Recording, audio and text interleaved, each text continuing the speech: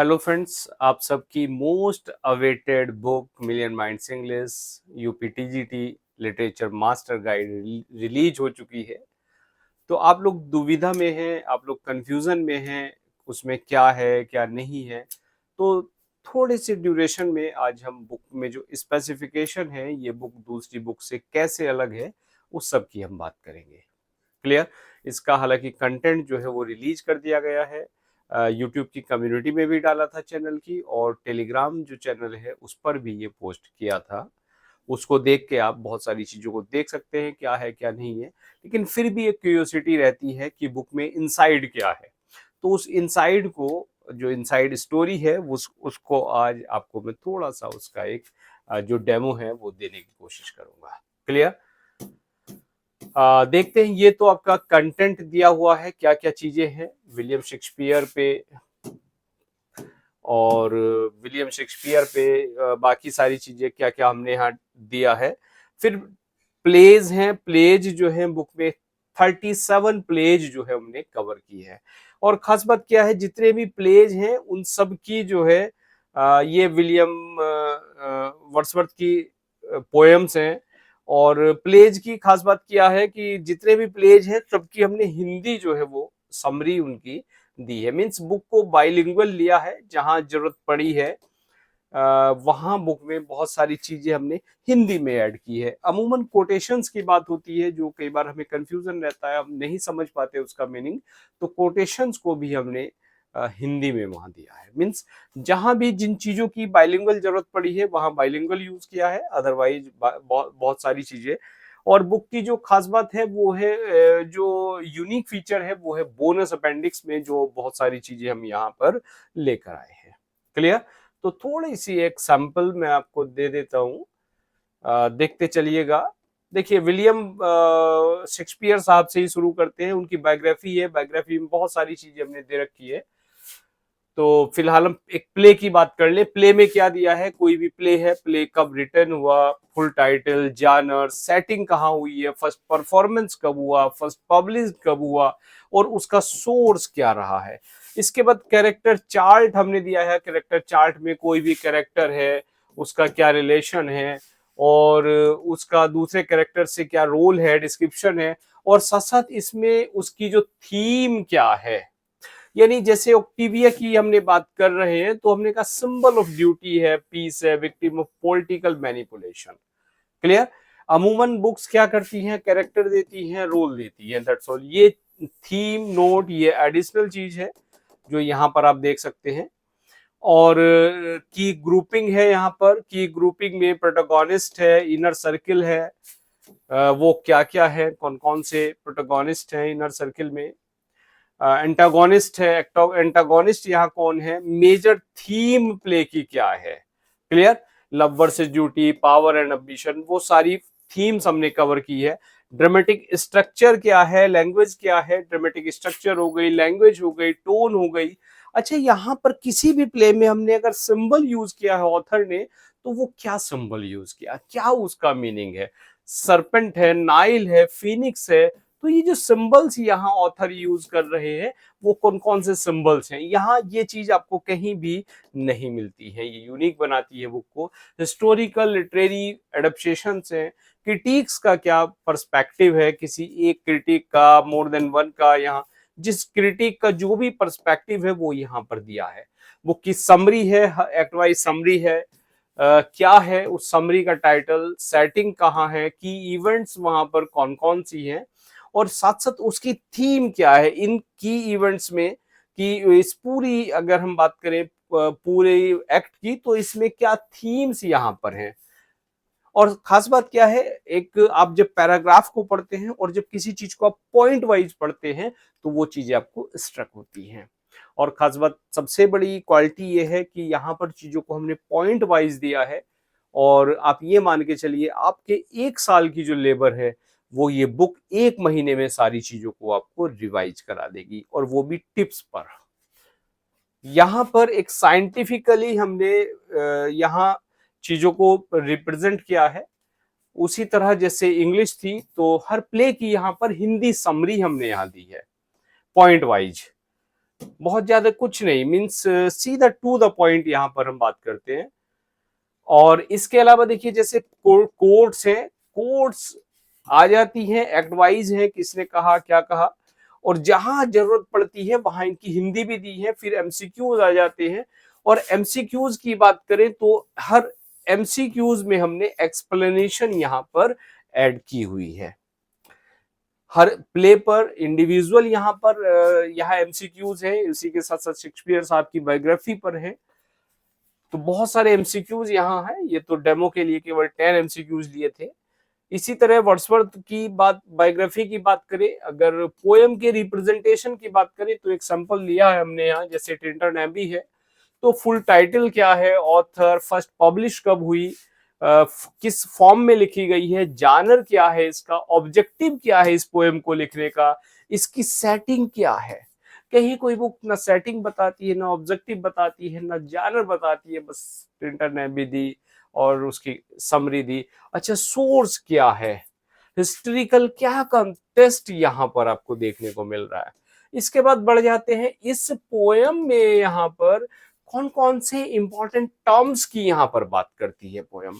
Romanticism है, Sublime है, pantheism है, memory, tranquillity, imagination, nature as healer.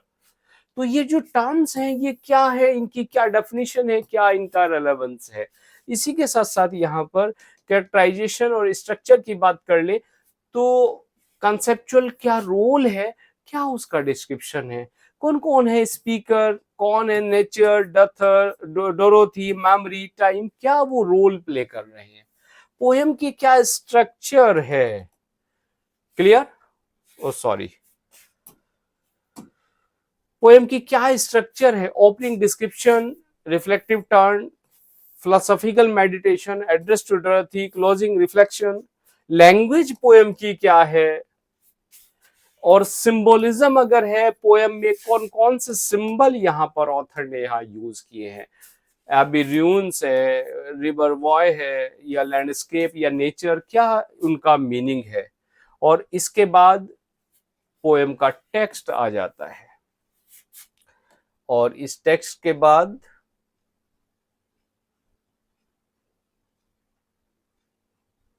Poem की समरी आ जाती है, टू द पॉइंट इंग्लिश में, देन हिंदी में इंपॉर्टेंट लाइंस हैं।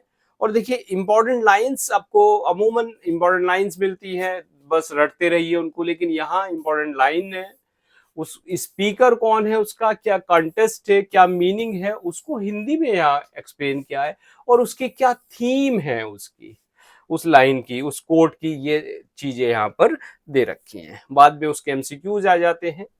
बिल्कुल एक ही पैटर्न पे, एक ही फॉर्मेट पे पूरी बुक चलती है, यानी आपकी किसी पोएम की बात करें, प्ले की बात करें, तो एक ही पैटर्न पूरी बुक में फॉलो होता है।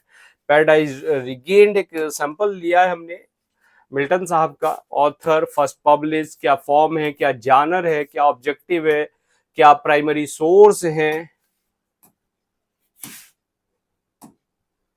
यस, क्या सेटिंग इसकी हो गई है।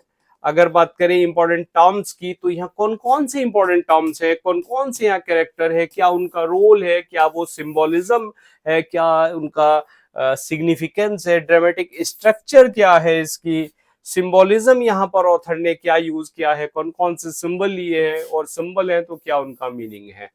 फिर यहाँ पर इसकी बुक की समरी आ जाती है, सेटिंग है, और सारी चीजें हैं। क्लियर? हिंदी समरी आ जाती है। फिर कोई अगर कोट है तो कोई कोट है, कौन उसका नरेटर है, किसने वो कोट कही है, क्या उसका मीनिंग निकल कर आ रहा है, और क्या उसका की थीम है। क्लियर? क्रिटिकल पर्सपेक्टिव दे दिया, कंपैरेटिव स्टडी टेबल हम ले आए हैं यहाँ। कंपैरेटिव स्टडी टेबल में आपको बहुत सारी चीजें यहाँ मिल जाती हैं। इसी तरह से आपका प्ले कोई आ जाता है, क्या कैरेक्टर है, कहाँ से इंस्पायर होके लिखा, वो सारी चीजें हैं। थीम उसकी क्या है प्ले की। क्लियर? और बढ़ जाते हैं आगे, क्या लैंग्वेज है, क्या समरी है, क्रिटिकल पर्सपेक्टिव क्या है। उसी पैटर्न पे ये प्ले हो या पोएम हो, ये चलती है। फिर समरी आ गई, फिर आगे कोई कोट आ गई, किसने वो कोट कही, क्या उसका मीनिंग है, क्या उसका क्या उसकी थीम है। इसके बाद लिटरेरी टर्म्स आते हैं पोयम में। कोई भी लिटरेरी टर्म हो उसका साथ में एग्जाम्पल हमने यहाँ दिया है। कोई भी लिटरेरी टर्म विद एग्जाम्पल यहाँ दिया गया है, टू द पॉइंट दिया है, ताकि आपको इजीली आप उसको लर्न कर सके। इसके बाद एक एग्जाम्पल यहाँ है, देखिए जैसे हमने लिया है यहाँ फिगर स्पीच का, तो कोई भी फिगर स्पीच है, क्या उसकी टर्मिनोलॉजी, टाइमोलॉजी क्या है, कहाँ से वो ली गई है, टर्म ग्रीक है, लैटिन है, जर्मन है, फ्रेंच है, क्या है, और उसका क्या इंग्लिश मीनिंग है, फिर उसकी डेफिनेशन आ जाती है, और फिर एग्जाम्पल आ जाते हैं। एग्जाम्पल में साथ साथ बता दिया पिलग्रिम प्रोग्रेस है, तो जॉन बनियन साहब की है क्रिश्चियन जर्नी। यहाँ पर प्रीवियस ईयर्स पेपर लिया है जो फुल्ली एक्सप्लेन्ड है, एक्सप्लेनेशन जिसकी दी गई है। लिटरेरी एजेस अगर ली है तो उसमें पीरियड, ईयर, और साथ साथ इसमें बताया है कौन कौन से रिप्रेजेंटेटिव ऑथर है, की फीचर्स क्या रहे, सोशल कॉन्टेस्ट क्या रहा, पॉलिटिकल कॉन्टेस्ट क्या रहा, प्रोमिनेंट लिटरेरी फॉर्म्स कौन कौन सी रही इस एज में जो फ्लोरिश हुई, और इसी के साथ साथ लैंग्वेज क्या रही है। क्लियर। इसी तरह से यहाँ पर अच्छा, अगर आगे यहाँ नोबेल प्राइज विनर्स है इम्पोर्टेंट, अगर कोई यहाँ पर फिगर स्पीच है तो उसका मीनिंग क्या है, मीनिंग के साथ साथ यहाँ डेफिनेशन क्या है, और क्या एग्जाम्पल है, एग्जाम्पल पर यहाँ पर ज्यादा जोर दिया हुआ है। क्लियर। और साथ साथ देखिए यहाँ जैसे कंपैरेटिव टेबल आपको मिल जाती है। कोई भी प्ले है, तो जैसे जॉन गाल्सवर्दी साहब का प्ले है, तो उसकी वन लाइन सिनॉप्सिस, एक लाइन में अगर पूरे प्ले को हम डिफाइन करें तो क्या सिनॉप्सिस होगी, क्या थीम होगी, ये सब दी है। कंपैरिजन टेबल है, अकेले 2 से 3 क्वेश्चन तो इसी टेबल से आपको मिल जाएंगे, जिसमें चारों ऑथर्स जो है टीजीटी के वो कंपेयर किए गए हैं। क्लियर। और साथ साथ लिटरेरी टर्म्स हैं, तो हर टर्म पे टर्म डेफिनेशन, उसका एग्जाम्पल, उसकी इटाइमोलॉजी, ये सारी यहाँ पर दी गई है। फिगर स्पीच है, 100 गोल्डन एग्जाम्पल्स दिए हैं फिगर स्पीच के। फिगर स्पीच, उसका एग्जाम्पल, सोर्स, एनोटेशन, क्या डेफिनेशन है, क्या एक्सप्लेनेशन है, वो सारी चीजें यहाँ दे रखी है, और भी बहुत कुछ आपको यहाँ पर मिल जाता है। क्लियर। तो आई होप एक बहुत थोड़े से टाइम में मैंने इतनी बड़ी बुक को, जो 605 या 608 पेज की, 608 पेज की जो बुक बन पड़ी है, उसको मैंने आपको उसकी सिनॉप्सिस आपको पूरी बुक की दे दी है। और अल्टीमेटली एक ही बात कहूँगा कि आपकी एंटायर जो आपकी जर्नी रही है प्रिपरेशन की, उसको अगर आप शॉर्ट टाइम में अगर एक रिवीजन ले तो 1 मंथ में वो आपको रिवाइज कर देगी। बुक अमेजन पर अवेलेबल है, ऑनलाइन अवेलेबल है। तो चलिए मिलते हैं नेक्स्ट लेक्चर में। आई होप ये बुक बनाने में हमें और हमारी टीम को जितनी मेहनत करनी पड़ी वो कितनी फ्रूटफुल हुई है, इसका तो आप ही अल्टीमेट आप ही बता पाएंगे कि वो कितनी हुई है, कैसी हुई है। और अगर आपने बुक परचेज कर ली है तो अपने जो अमेजन पर जो आपके रिव्यूज़ हैं वो जरूर दीजिएगा, ताकि आपके जो बाकी फ्रेंड्स हैं उनको भी बुक को समझने में आसानी हो। चलिए, now thanks for watching this.